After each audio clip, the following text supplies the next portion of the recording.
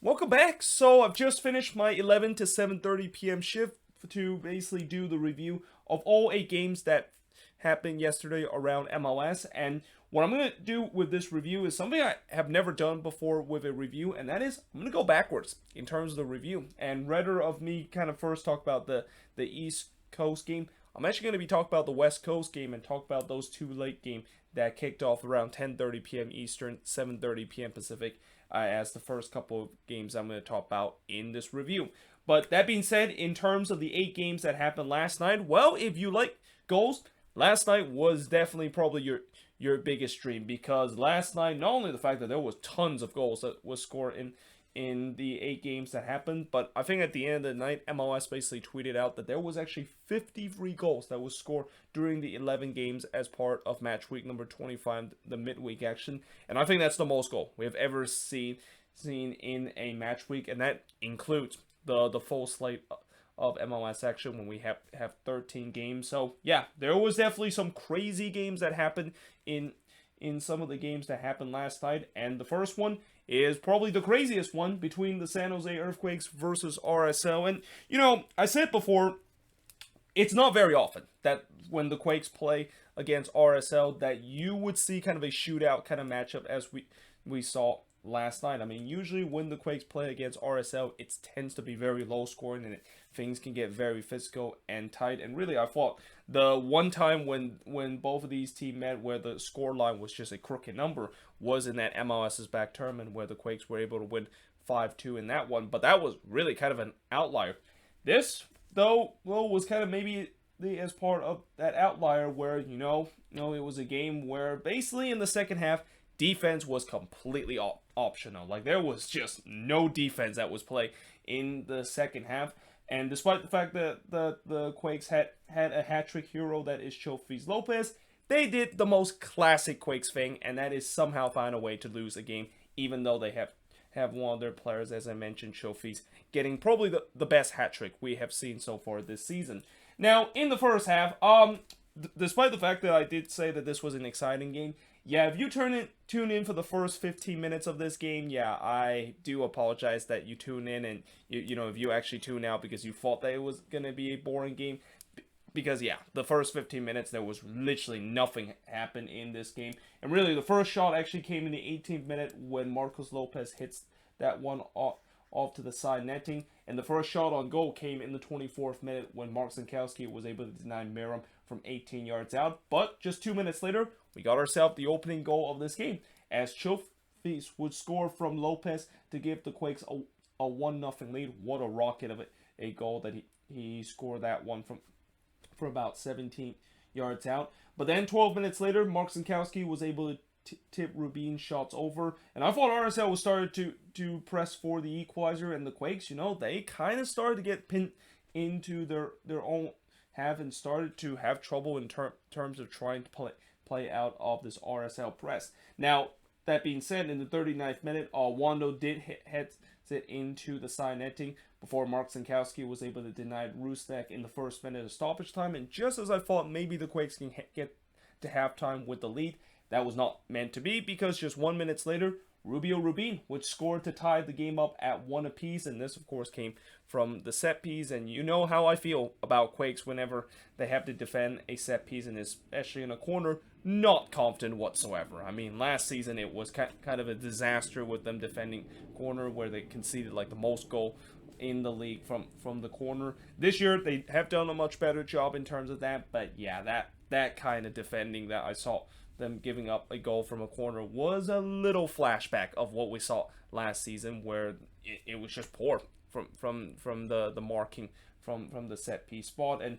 what makes it worse is that came right on the stroke of halftime, and I thought RSL was going to have the momentum heading into the second half, as we were tied at 1 apiece. And indeed, it seems like they did, because just 4 minutes into the second half, Rusnak was able to score from Ruiz to give RSL a 2-1 lead, but that lead did not last long. In fact, it lasted a little bit more than 60 seconds before Chofis Lopez decided that, you know what, I'm just going to go on a solo run from the kickoff. And he, not only the fact that he had an incredible solo effort to basically score scored this goal, but I want to send my condolence toward Donny Toya. I mean, he basically got absolutely sniped out, and that Chofis, when he made that just ridiculous turn, he basically put Donny Toya to the floor. And anytime when that happened, yeah, I had to say my condolence, because he probably just had murdered a man by going through that solo run.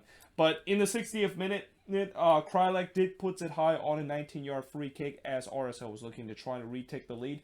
The Quakes then decided to go for a line change, and Almeida decided to do a rare quadruple substitution. And I guess the reason why that is the case is because maybe he feels that there is a chance that by making this change, it can make some instant impact. And in some way, it kind of did, because just 5 minutes after he made his quadruple change, the Quakes were able to retake the lead. And it's Chofis, the one that completes the hat-trick. And what a way to complete your hat-trick, by scoring Olympico. I mean, this was just an amazing Olympico goal. And that, I talk about how it is very rare that you see Olympico and you see a player score from the corner. I mean, the only one I remember from recent memory was the one that Harris Medunian score against the Red Bulls just last season. But this one, I think, is even better from Chofis, because that one, I think, when Medunian hits that one, it actually hits off the post, and then this one, it didn't even hit off the post. I mean, yes, it did. Ochoa did kind of had to try to prevent to save that one, but even if he saved that one, that ball was already over the line when he tried to pump that one away. And yeah, what a way for Chofis to complete his hat-trick and get the Quakes the lead again in this one. But unfortunately, that lead would not last long, because 5 minutes later, Justin Meram would score from Rusnak to tie the game up at 3 apiece. And what's so frustrating about that goal is we saw an amazing goal that the Quakes, of course, score.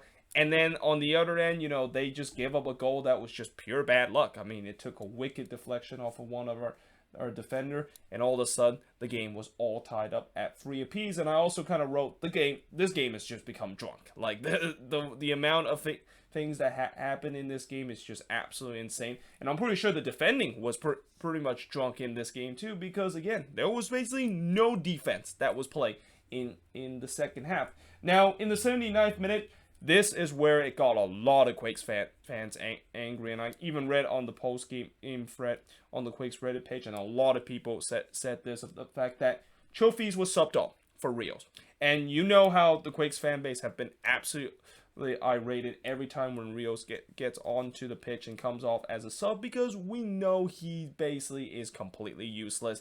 And that when I saw that, I was shocked. And I think when Rios was even introduced, there was actually some boos that you can hear from the Quakes faithful at PayPal Park, and it is not often that you see players that get subbed on, and it's one of your players that gets subbed on and you get booed by your own fan. But this in some way is kind of understandable, because Rios has just been kind of a curse for the Quakes. So it's not to me to be a big surprise that literally 2 minutes after Rios got onto the pitch, the Quakes would give up what turns out to be the winning goal, as Rubio Rubin scored his second goal of the game from Rusnak to give RSL a 4-3 lead. The Quakes did push to try to get another late equalizer. Ochoa was able to deny Jacksonville in the back post before Mark Sinkowski did deny Julio as he went through on goal. Remedi did put it high on the volley in the 5th minute of stoppage time before Ochoa was able to deny Alanis, but he did allow a big rebound, which it wasn't actually Alanis, but Paul Marie couldn't quite capitalize on the big rebound that Ochoa basically allowed. And in the end, despite the fact that the Quakes did push to try to make this game even more crazy, scoreline to be a 4-4 result, RSL was able to hold on to win 4-3 in this game. And the shots in this one, 18 shots compared to 13 that the Quakes had, 6 shots on goal compared to 13 shots on goal that RSL has in this game. 7 shots off target compared to 3 that RSL had. No shots that was blocked compared to 2 that RSL had. And possession-wise, 54% possession compared to 46% possession that RSL has in this game. And I really hope after this game, the entire Quakes team, including the coaching staff, should apologize to Chofis Lopez after this game, because he basically carried this team in this one. And the fact that he scored just such an amazing hat trick is probably going to be all forgotten, because of the fact that the Quakes ends up on on the losing end. And I don't want to say that I'm surprised that this is the case, because this is what the Quakes do. Like, they ruin even some of the best moment that you see. I mean, I was kind of maybe surprised. I was kind of a little bit surprised when Wando did get that record for the all-time goal scorer that the Quakes were able to win, because I thought they were going to ruin that moment too. But that being said, they were playing against the Chicago Fire at home. But yeah, I gotta feel bad. I gotta feel really bad for Chofis Lopez. And also, this loss really puts the Quakes in a very bad position now, and that I don't want to say that I want to say I kind of started to feel like I've given up on this team, and I know there's going to be a lot of Quakes fans that's going to once again say that I'm being negative, and I'm just being too quick, and started being like one of those doomers, kind of dooming the Quakes already, by even though they still have a ton of games left, especially against teams around them. But this was a game where it was a must-win situation, and the fact that not only they did not get a win in this game, they didn't even get a point out of this game, and now they are really falling behind in terms of the race. And if they just don't turn this thing around and start to get maximum points for the rest of the season at home, this team is not going to make the playoffs. And if this team is not going to make the playoffs, I've already heard there's been whispering that some people want Almeida out. And, as much as I've always been an Almeida belief, this game was partially on him too, because again, I just don't understand why every single game he would bring on Rios into this one, when before that when Rios comes in, he doesn't make any impact whatsoever. So why in the world does he keep doing the definition of insanity every single game? I mean, again, just frustrates the heck out of me, and also pretty much everybody that is a fan of this team. Before RSL, this is a huge win for them, especially knowing the fact that there are teams behind them that did get wins, and the fact that they need to win this game so that they can get themselves back above the red line, and they were able to do just exactly that. But now moving on, in terms of the next match, it's going to be the Galaxy and the Houston Dynamo. And I said it before in the preview, there is just something about the Dynamo that the Galaxy just cannot solve them. And it happened again, where in this game, where I thought for majority part of this game, the Galaxy were definitely the better team. Well, maybe besides the first 15 minutes of this game, they were definitely the better team, and they had tons of opportunity. Well, I wouldn't say tons of opportunity, but they were on the upper hand to potentially come from behind to get the win, and yet they weren't able to do so and have to settle for a 1-1 draw. And unfortunately, as I said, of how besides the first 15 minutes of the game where they were not the dominant team, yeah, that's when the Dynamo scored the only goal of this game. In fact, I even wrote it down on the board where Houston was really controlling this game early, as the Galaxy, they were kind of elected to sit back, which was kind of a very strange move for them to do, because they're not known to be a transitional kind of team. And it's unsurprised that with the Dynamo kind of controlling the game and were by far the better team, they got the opening goal of this one, as Fafa Pico, who has been red hot in these last couple of games, scoring from Quintero and Urruti to give the Dynamo a 1-0 lead. Dos Santos looked to try to equalize for the Galaxy immediately, but he puts it wide from long range. After a slow start the Galaxy had in this game, they were starting to press for the equalizer. Hämäläinen had a point-blank shot that just missed high from close range in the 40th minute, before we do head to halftime, with Houston still having the 1-0 lead, despite the fact that they did have to soak in some pressure that the Galaxy were putting on them. Now, in the second half, the Galaxy kind of picked up where they left off, and that is continued to try to press for the equalizer. Nelson did have to deny Chicharito in the 51st minute, but in the 61st minute, Chicharito was able to get on the score sheet, and gets on the score sheet for the first time since he suffered that injury that kept him out or that hamstring injury that kept him out for about two months. But he scored here from Jovic to tie the game up at 1 apiece, and at that point I was thinking, yep, maybe the Galaxy has started going to come back from this game, and it looked like they were going to quickly make it 2-1, and Chicharito again looked like he was going to come to the rescue for the Galaxy again, as he tried to give them the lead, or give his team the lead, but he just missed high from close range. But yeah, no doubt the momentum was all with the Galaxy up to that point. Legit did had a shot that hit straight to Nelson, and really as the time kind of winds down, Houston was just parking the bus. Like, they were literally bunkering and hope that they can soak in as much pressure as possible to escape Dignity Health Sports Park with a point. And in the end, they did exactly that, because despite the fact that there was also a lot of stoppage time in this game, just like this one where I didn't mention how there was actually 9 minutes of stoppage time in this game, and is the reason why I said before the Quakes really pushed hard and probably should have got an equalizer with the chances they had in stoppage time. But unlike this one, the Galaxy didn't really had a lot of chances in stoppage time, even though they were trying to create something to get the winning goal. And that, of course, does help the Dynamo to able to escape Dignity Health Sports Park with a point in this game. As the shots in this one, 10 shots compared to 8 that Houston has, 4 shots on goal compared to 2 that Houston has, 5 shots off target compared to 3 that Houston has, 1 shot that was blocked compared to 3 that Houston has, and possession-wise, 64% possession compared to 36% possession that the Dynamo has in this game. And, the only good news for the Galaxy coming out of this game is that at least they didn't lose to their nemesis, and at least I think this is the last time that the Galaxy are going to be playing against the Dynamo. Like, I'm pretty sure Galaxy fans never want to see their team play the Dynamo ever again for the rest of the season, because again, it's just something about the Galaxy. They just view the Dynamo kind of almost like a bogey team for them. And again, I think this might be the last time that they are going to face them, but they need to, of course, start picking up again, because there are definitely a couple of teams that is behind them that is trying to get that elusive 4th spot. And obviously I think you also see a couple of teams in the top 3 are starting to pull away from them. So I think now the objective for the Galaxy is just make sure you lock down that 4th spot and make sure you don't have any other team behind you get that 4th spot, which, like I said, it's very elusive because it's the last spot in the standings where you get at least one game at home for the playoffs.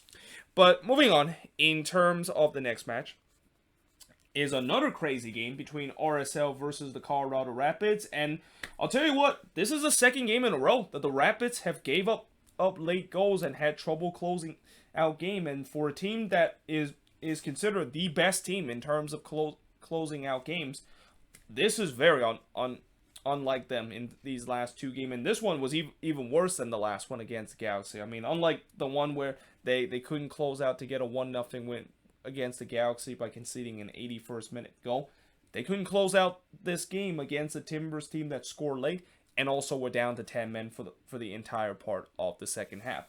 Now, in the first half, I thought Colorado was on the front foot early in this game, and they had a couple of half chances, but the first big chance came from the Timbers as Yarbo had to deny Blanco from close range. Lewis then hits the side netting despite having an empty net to shoot in the back post. Yeah, he's definitely going to be thinking about that one yesterday, with the way that he was just wide open in the back post and he just completely mishits that one. Then Yarbo was able to deny Sebastian Blanco from a tight ankle. Blanco had another good game in this one, and he was really the reason why the Timbers were able to get themselves a point out of this game. Then in the 22nd minute, I already talked about that. Both team, of course, was getting big chances to take the lead in this game. But then in the 42nd minute, we thought this was a game-changing moment when Tuiluma unfortunately get his second yellow card of the game. And the Timbers were down to 10 men at that point and will have to play a man down for the remaining of the second half, as this game was tied at 0-0 heading into halftime. Now, in the second half, I was expecting maybe the Rapids was going to be all over the Timbers, as the Timbers were going to do what they usually do when they have to face adversity, which is they're going to try to bunker and try to play on the counter attack. Although, when you look at how this second half went, that was not exactly what I thought it was going to happen. And in some way, Savarese was actually kind of gambling and trying to continue to kind of go at the Rapids and hope that they can maybe get the opening goal. But that being said, the Rapids did have a couple of chances to get the opening goal. Clark had to deny Bassett, who had a free header in the 50th minute, before Bassett, of course, puts the header wide. I think this is one of the few games that Cole Bassett actually did not hit the post, but again, no goals for him. He has just gone into this really dry spell that, he's got to get out of it if there's going to be some teams across the pond that is trying to give a call and trying trying to maybe make that jump to Europe anytime soon. But in the 54th minute, Bali just could not quite toe poke that one into the back post after a beautiful ball that was delivered toward the back post before Zubiric whacks a volley that goes deep into the Timbers army. And just like the first half, both teams was getting chances. And again, this is not what I expected with the way that I thought the Timbers was just going to bunker and try to play at the transition. And it feels like the Timbers were still trying to go at Colorado and trying to get that opening goal. But unfortunately, the Rapids eventually did get the opening goal. And it's Lewis scoring from Shinishiki and Mark-Anthony Kaye to give the Rapids a 1-0 lead. And at that point, I thought, yep, this game is pretty much done. The Rapids are going to lock things down. And basically, no. In the 67th minute, Felipe Mora would score from Zubiric and Blanco to tie the game up at 1 apiece. And really, as the time kind of winds down, both teams was trying to go for the winner. Mora almost scored his second goal in the 85th minute as he hits it just wide from close range. But then 1 minute later, the Rapids were able to retake the lead as Barrios would score from Jack Price to give the Rapids the lead in this game. And that was basically a Randy Leao-esque. Like, that was just kind of like a little shot cross that Barrios basically hits that one. Obviously, I don't think he meant it whatsoever. But hey, it went into the back of the net. The Rapids, of course, were able to get a 2-1 lead. And at that point, you're just thinking, yeah, that is the winning goal. And the Rapids are gonna able to get all 3 points in this game. There's just no way in the world they're gonna give up another late goal in this one, right? No. 5 minutes later, Blanco would tie the game up once again for the Timbers. That's the first time this season that the Rapids have given up a stoppage time goal. In fact, I think during this broadcast, I think Jake Zivins even said that the Rapids have the best record in terms of they're the best team in terms of not conceding second half goal, and the best team in terms of trying to close out games. And also, this is the latest goal that they have conceded up to that point was last week when they conceded an 81st minute goal against the Galaxy. But before that, this was a team that is not known to concede late goals. And again, this is the second week in a row that this, of course, has happened. Now, I'm not saying that there should be some concern, because maybe this is just kind of once again an unfortunate situation. But if we see this Rapids team continue to do like this, then yeah, there could be some concern. The fact that they're started having the same situation that ironically the Timbers basically had a lot last season. But before I wrap up in terms of this game, there was actually also one more chances for both of these, or one more chance for the Rapids to quickly retake the lead in the second minute of stoppage time as Estevez blasted high despite being kind of wide open in the box. And that's one that he definitely will be thinking about later after this game, with the way that he had a chance to give the Rapids a 3-2 lead. But in the end, it ends 2-2 between both of these teams, as the shots in this one, 24 shots compared to 11 that the Timbers had, 4 shots on goal compared to 7 that the Rapids had, 6 shots off target compared to 14 that the Rapids had, 1 shot that was blocked compared to 3 that the Rapids had, and possession-wise, 62% possession compared to 38% possession that the Timbers has in this game. And there was no doubt that the Timbers are going to be the more happier side coming out of this game. And this, even though it's only a point at home and they did drop points in this game, it does feel like 3 points considered the fact that they were down a man for the entire part of the second half, and both times they're able to rescue themselves. And you can also maybe in some way kind of give the Rapids a little taste of their own medicine of what it feels like able to come back from deficit despite being man down. Because remember a couple of years ago in the Snow Classico where the Rapids, there was even at one point where they were down to 9 men and they still able to find a way to get a free draw in this game. And it seems like the Timbers forgot about that, and now they're using this as kind of a little bit of a revenge in terms of what happened in that Snow Classico game. But now moving on, in terms of the last match on this board is Austin FC and LAFC, as LAFC gets a huge 3 points in this one, and in a game where you could say that, you know, they definitely need to win this game to keep up pace with some of the teams that they're chasing for the standing or for the playoffs in the standings. They were able to do so, and in some way kind of avoid a little bit of a trap, because, you know, I mentioned before, when you are a team that is fighting for playoff spot and you're playing against a team that's already in see you next season mode, yeah, you don't expect it's going to be a relatively easy game. But in the first half, 2 minutes in, Austin looked like they got themselves an early goal as Dominguez looked like he scored the first goal of the game, but unfortunately the goal, of course, was disallowed for offside before Kolinic puts it wide from 20 yards out in the 22nd minute. And then on the other end, Stuver did deny Orengo from close range before Stroud did hits it wide from a tight angle in the 3rd minute of stoppage time as we head to halftime scoreless between both of these teams. So we go to the second half, and in the second half, Cifuentes puts it wide from close range in the 47th minute before we had a big opportunity for the opening goal of this game as a penalty was given to LAFC after VAR showed that Fagundes handballed into the box, and it was Orengo, the one that, Orengo was going to take this penalty, knowing the fact that he has just been red hot in these last couple of games. And you got to give a lot of credit to this LAFC team, once again finding some good talent, and I feel like Orengo is a guy that can really be maybe that replacement of a Diego Rossi that they have. Although technically it's kind of not the same person, because I think Diego Rossi don't usually play in that number 9 position. But nevertheless, the way that he's been playing, it just feels like that LAFC might have just found their replacement for Diego Rossi that they, of course, decided to loan him out to Fenerbahce.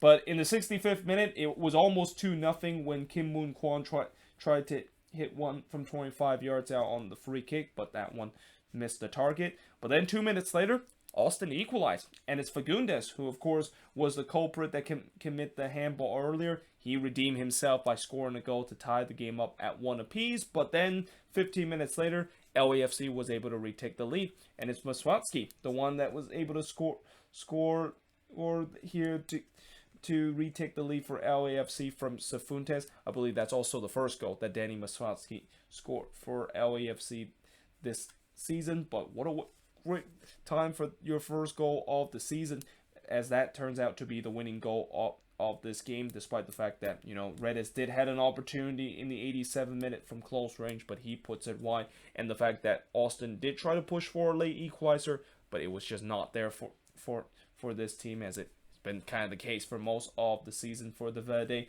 as in the end, LAFC was able to walk away with a 2-1 victory over Austin. As the shots in this game, 12 shots compared to 17 that LAFC had, 4 shots on goal compared to 1 that Austin has, 8 shots off target compared to 5 that Austin has, 5 shots that was blocked compared to 6 that Austin has, and possession-wise, 52% possession compared to 48% possession that LAFC has in this game. And like I said, for LAFC, this is a huge win for them to keep pace in terms of some of the team around them in the playoff race in the Western Conference, to trying to get themselves back above the red line. But that being said, I am now going to switch boards and look at the last 4 games that happened in terms of yesterday action. But yeah, moving on in terms of the next match, is SKC getting an impressive 4-0 win against a shorthanded Minnesota team. And yeah, let's move on in terms of talk about Orlando. Okay, yeah, I'll talk about this one. And, I know the Loons were shorthanded in this game. And I know when I saw the starting 11 of this game, I knew the Loons were probably going to lose this one. But did I think they were going to lose 4-0 against SKC? No.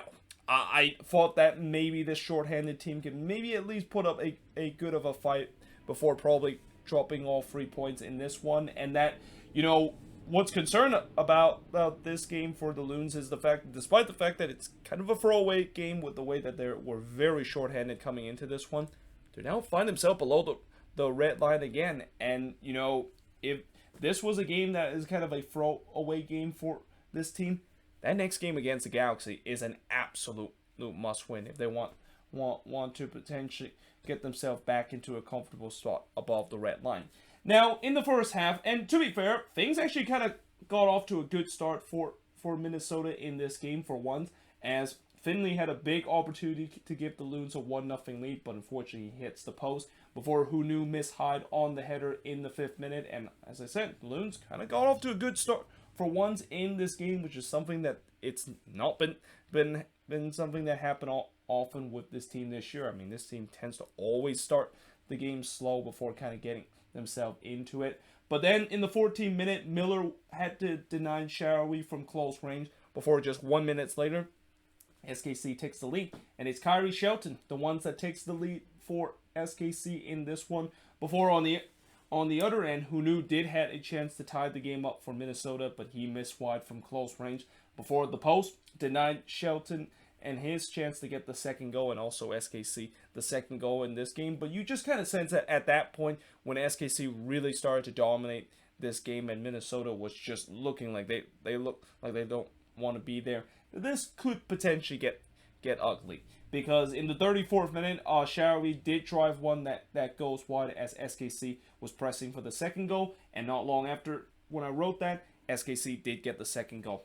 It's Shaarawy that scored the second goal from Russo and Espinoza to give Sporting KC a 2-0 lead. I even wrote this could get ugly for the Loons because it was going to be. And in the 44th minute, it would be 3-0 in favor of Sporting KC after Johnny Russo was able to convert on the penalty spot. VAR, of course, overturned a original call that was no penalty for Sporting KC, but when you look on the replay of the fact that Miller basically clipped Russo in the box, yeah, it was pretty clear that he did that. And once that penalty was given, I knew the Loons were, or once I saw that image, I knew the Loons were in trouble of giving away a penalty. And as I said, Johnny Russo was able to bury that penalty away to make it 3-0 in favor of Sporting KC. And this is also getting to a point where, I would still want to watch the full game of this, but this is also kind of, I started to not pay too much attention and start to watch the other game between Club America versus the Philadelphia Union, which is why in the second half there wasn't as much notes and it's not as detailed as it is, because I think as soon as when Cam Duke, of course, scored that fourth goal to make it 4-0 in the 54th minute, I kind of started to zone out of this game and started to not focus whatsoever. And I even kind of wrote, might as well kind of play the kits now, because when you're down 4-0 on the road and knowing the fact that you have a big game coming up, why do you even bother trying to keep your starter in the game and just rest them as much as possible and hope that they can rebound in that one? Now in the 68th minute, apparently it seems like Adrian Heath did not listen to me, because I think he did bring on Robin Le in this one, which I don't get it. Like, why would you bring Robin Le in this game when it's a 4-0 game and it doesn't mean anything? But he actually had a chance to score on his return, but he puts it wide from close range before Miller had to deny Johnny Russo and SKC the fifth goal in the 74th minute. And yeah, that the final score of this game was SKC winning 4-0 against Minnesota. And the shots in this one, 12 shots compared to just 10 that Minnesota has. 8 shots on goal compared to none that Minnesota has. 4 shots off target compared to 7 that Minnesota has. Both teams had 3 shots on his block, and possession-wise, 64% possession compared to 36% possession that Minnesota has in this game. And again, as much as I want to say that, this is just one game, and it was just a throwaway game that it always looked like the Loons were not going to win this one, I was still expecting some more effort from this team. And the effort of this team was just non-existent in this one. And this is not the first time I've seen this happen on the road, and it kind of just frustrates me about as a fan of a team that, yes, I understand they're shorthanded, but at least give some effort. At least try to show that you actually tried to basically maybe get a miraculous point out of this game. But the fact that they didn't do it is just really frustrating. And that, now, as I said, that game against the Galaxy, that is a huge game, and I'm going to say that that's a must-win game, knowing the fact that they have now find themselves below the red line. And, with the way that they haven't been lost a lot of games, even going all the way back to when they start from the season 0-4, this team has also not won a lot of games and is still having that big issue in terms of goal scoring. And now I think with the way that, especially in this game, where that back line, which, by the way, as shorthanded that this team was, the back line was not shorthanded. I mean, I think besides Chase Gasper as the only player that was missing in the back line, this is still the same back line, but they got absolutely torched in this game, and this was by far the worst game I've seen this back line have played, and I'm really hoping they can bounce back in the game against the Galaxy, because they're about to face a guy by the name of Chicharito, who I think if Chicharito actually watched this game after his team had a disappointing 1-1 draw against the Dynamo, he must be feasting and be very hungry. The fact that he wants to score a couple of goals against what in this game looked like a really weak Minnesota back line. But now moving on, in terms of the next match, is Orlando versus Montreal. And if you're an Orlando City fan, there has to be some big concern, because this is now second game in a row where this team looked like they were looking like nothing like the team that went on that incredible unbeaten run that unfortunately come to an end in the hands of Atlanta United. And this was also a game where they kind of lost their discipline a little bit by having 2 men sent off in this one, and also having a couple of injuries that they have to deal with. And as I mentioned, with the way that they have a couple really tough games, and they're going to start to go through this gauntlet where they're going to be playing some of the best team in the Eastern Conference, having players that is going to be suspended in the next game, and also having injury is why I said that if you're an Orlando City fan, you gotta have some really big concern, even though they're still in a really good position in the playoffs. But in the first half, I thought Orlando did kind of start out the game pretty well, as they were on the front foot early. Van der Water looked like he scored the opening goal for Orlando, as they looked like they capitalized for being the better team early in this game. But unfortunately, the goal was called back because there was an offside in the attacking sequence. In the 10th minute, Mihajlovic hits it high after a rare misclearance from Janssen here. I mean, again, the back line for Orlando, these last 2 games, they have just not been great whatsoever. And this is supposed to be a back line that is basically unstoppable throughout the entire part of the season. And inexplicably, in these last 2 games, I don't know what's going on with them, and how they're really started to make some uncharacteristic mistake that I've not seen from them in pretty much the entire part of this season. Just 2 minutes later, Charnier did puts it wide from long range, and after a slow start, Montreal was really starting to get back into this game, and they would ultimately get the opening goal of this game, as Charnier would score. I think this is his first goal this season. It's not his first goal in his MLS career, because I know I remember he scored a goal earlier, although I think maybe this might not be his first goal of the season. But nevertheless, it is the first goal for Montreal, as he scored from Kyoto to give Montreal a 1-0 lead. And then after that opening goal, you expect maybe Orlando should have a response, but no, instead Montreal really started to kind of take control of the possession, as Orlando was really struggling to get out of their own half. Though Nani did have a chance in the 22nd minute, as he was trying to strike one from long range that goes straight to Pantemis. Actually, I don't know why I wrote straight to him there. I wrote this board really late at night, so apologies if I did make some mistake when I basically wrote down the notes on the board very late last night. But in the 26th minute, they actually shown the SpaceX launching over the sky, which was a very cool moment, because it's not every day that you see a rocket and a spaceship that is going to be launching over the sky.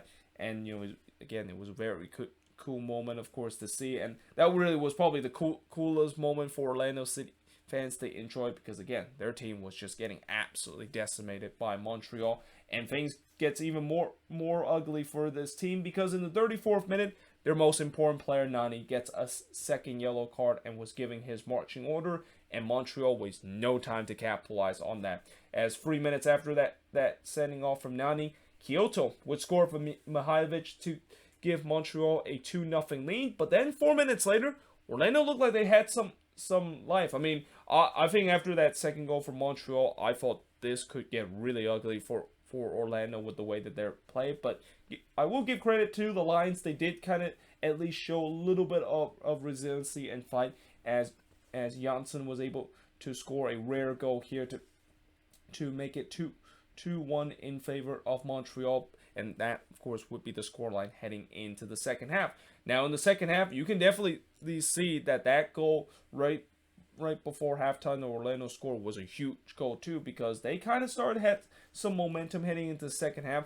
They did shout for a penalty early in the second half, hoping to get themselves a penalty and get themselves back into this game, but unfortunately that one was not given. But there was no doubt that Orlando kind of started the better side, though Montreal did have a chance in the 53rd minute as Kyoto puts it wide from close range. But then in the 63rd minute, Orlando was level, and it's Kuan that scored from Mas to tie the game up at Orlando City. And you just think that, even with Orlando down to 10 men, with the way that they really started to look like the Orlando City that I know from the past, they were maybe trying to go on to come all the way back to win 3-2 and have an unlikely victory, despite the fact that they've been down 10 men. But unfortunately, Montreal wasn't letting that happen. And in fact, in the 69th minute, there was definitely a lot of concern if you're an Orlando City fan, seeing Gallese went down of what looked like a hamstring injury. Now, he did stay in for the rest of the game, but I kind of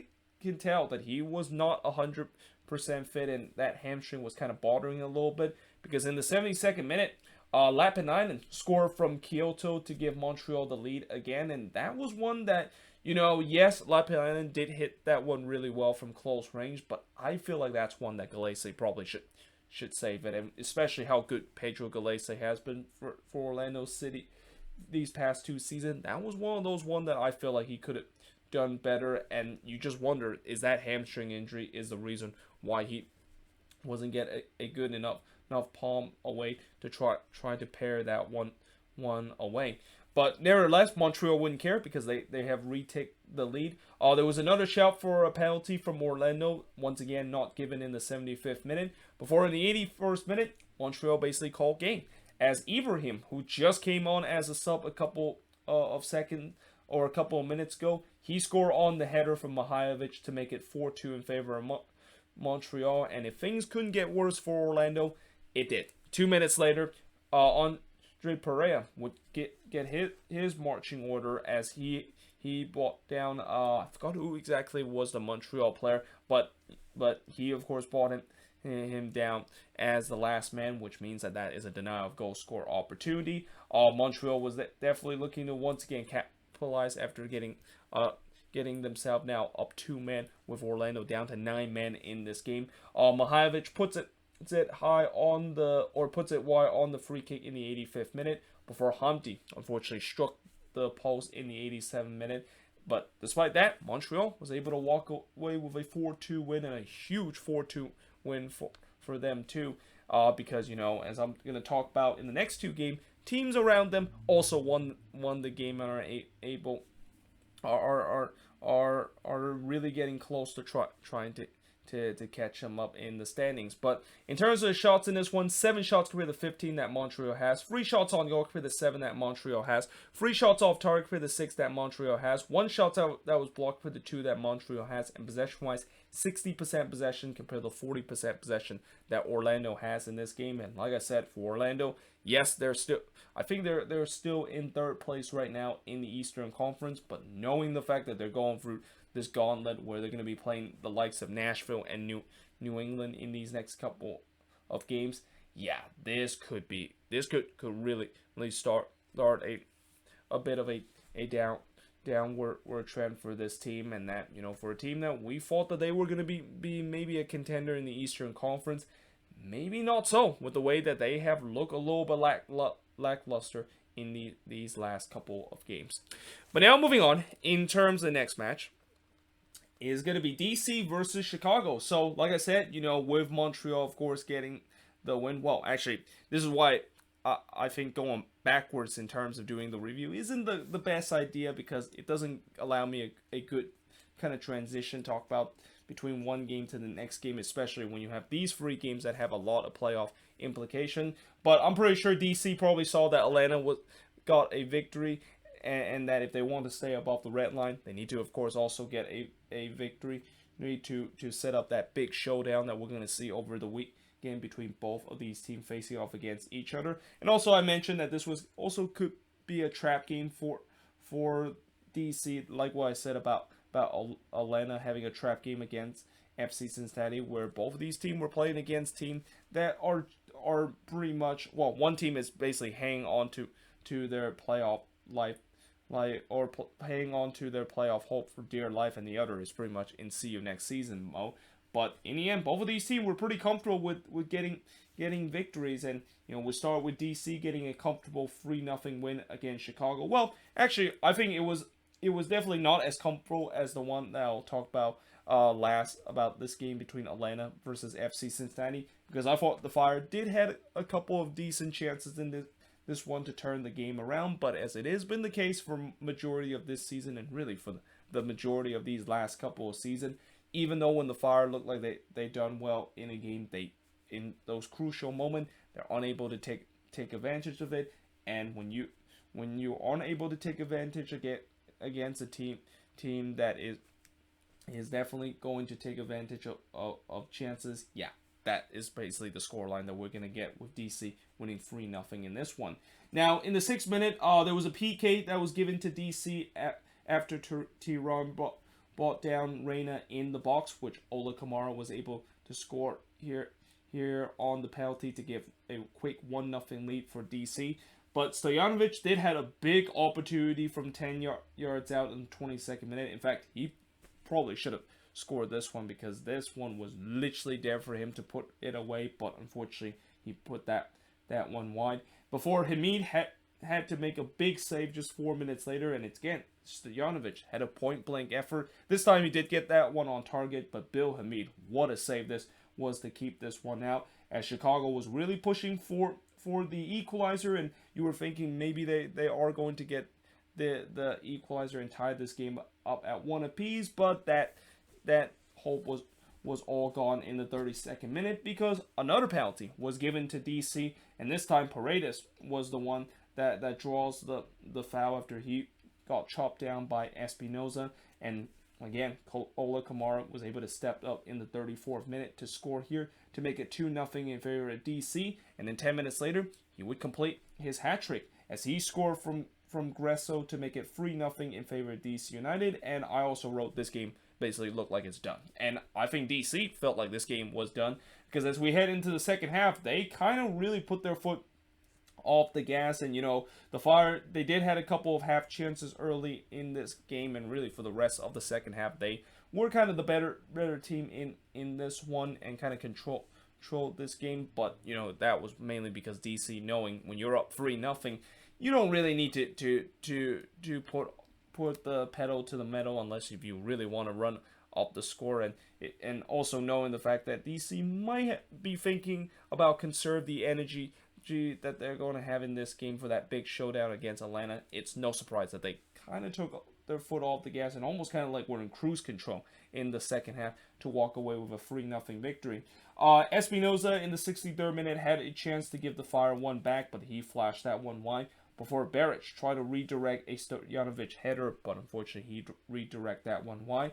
But yeah, in the end, DC able to walk away with a comfortable 3-0 win against the Fire, as the shots in this game, 13 shots compared to 7 that DC had, 3 shots on goal compared to 1 that the Fire has, 2 shots off target compared to 6 that the Fire has, 6 shots that was blocked compared to 2 that DC had, and possession-wise, 47% possession compared to 53% possession that the Chicago Fire has right now. But now moving on into the last game on this board, and really the last game we're going to talk about in this review is the one that I mentioned earlier, where Atlanta playing against FC Cincinnati in a game where I thought it could be a trap game, knowing the fact that they might be easily overlooking Cincinnati and maybe looking forward to that DC match a little bit too much before this game against Cincinnati. Oh, they definitely did not did that. In fact, this game looked like it was the old Atlanta United that we used to know of a couple back in their first 2 years into the league, where they just absolutely dominate the entire part of the game and also scoring tons of goals to give their fans something to cheer about. And that goal scoring fest all started just 4 minutes into this game as Araujo, I'm still trying to work on pronouncing his name, but I think I'm starting to getting better in terms of it. But he here scored from Franco to give Atlanta a 1-0 lead. I believe that's his first career goal in MLS. So congratulations to Luis Araujo to scoring his first goal. And you kind of sense that it was coming with the way that he has been such an influence for this Atlanta team. And, that big money need that Atlanta really trying to gamble to hope that it will pay off. It's certainly started to pay off with the way that he has really looked good for Atlanta United ever since he arrived in the summer. Another guy that has been also looking very good and started to really live up to the potential that Atlanta fans was hoping for is Ezekiel Barco. He had a chance to make it 2-0, but he drove that one high. And, it's been all Atlanta early in this game, but in the 30th minute, they almost made a fatal mistake, as in the 30th minute, there was just a WTF turnover from Franco, turning the ball over in possibly the worst spot as possible, being the last defender, as Brenier was able to pickpocket him, and he was through on goal. And all Brenier need to do is basically slot that one in to tie the game up at 1 apiece. But yeah, in classic Brenier fashion, and really in classic FC Cincinnati fashion, he puts that one wide, and the game remains at 1-0. But 4 minutes later, Valencia did hit one straight to Guzan, and you kind of see that with the way that even though Cincinnati was still being dominated, there was some glimmer of hope that maybe they could potentially get that equalizer, right? Well, yeah, that hope was all dashed in the 40th minute, because another guy that has started to really get going, and I said this before, it's going to be a matter of time before we're going to start seeing Josef Martinez back to being his old self. And it feels like every game as we go along, he has started to look like his old self. Because here he scored from Franco and Araujo to make it 2-0 in favor of Atlanta.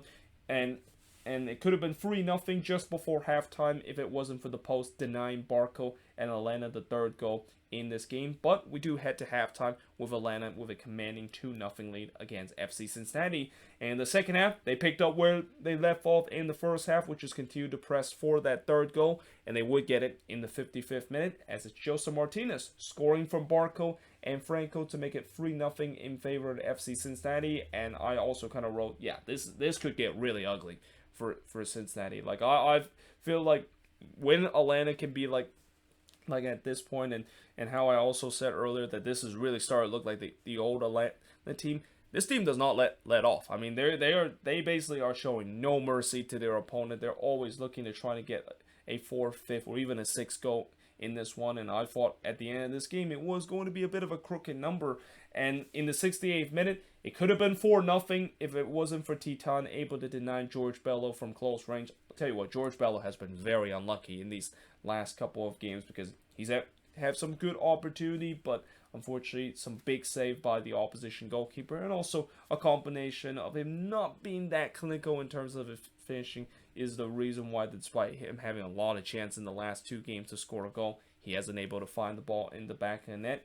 But just 2 minutes later, Araujo puts it wide from close range. Before in the 86th minute, I talked about how Ezekiel Barco had an incredible game once again in this one. And really, I thought the way that will capitalize of him having an incredible ball game is to score a goal. And he did in this one in the 86th minute, pretty much put the cherry on the top for Atlanta. But this turns out to be a very, very big goal for Atlanta United, because this is the first time that Atlanta has scored a direct free kick since 2018. And I believe, I remember in the last game, John Strong kind of mentioned the fact that Atlanta has not scored from a direct free kick in about like 105 match. Well, that has now finally been snapped, with Barco scoring an amazing direct free kick goal to give Atlanta a 4-0 lead. And that would be the final score of this game, as Atlanta completely blowing FC Cincinnati out the water. As the shots in this one, 15 shots compared to 11 that FC Cincinnati has, 9 shots on goal compared to 3 that FC Cincinnati has, 4 shots off target compared to 6 that FC Cincinnati has.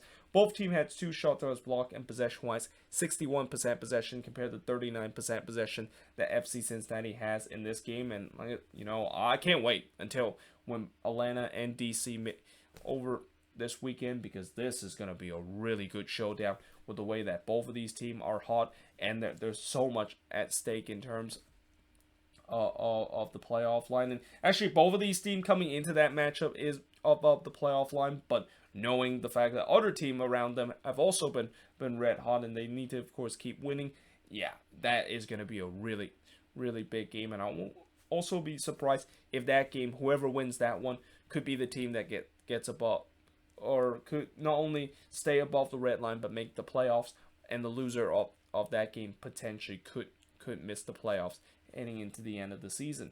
But yeah, there you have it. That is pretty much it for the review of all 8 of these games. Let me know in the comments below, what do you think of all 8 of these games? And yeah, hope you guys enjoyed this video. If you do, make sure you guys leave a like, smash the subscribe button, and yeah, I, of course, will see you guys next time.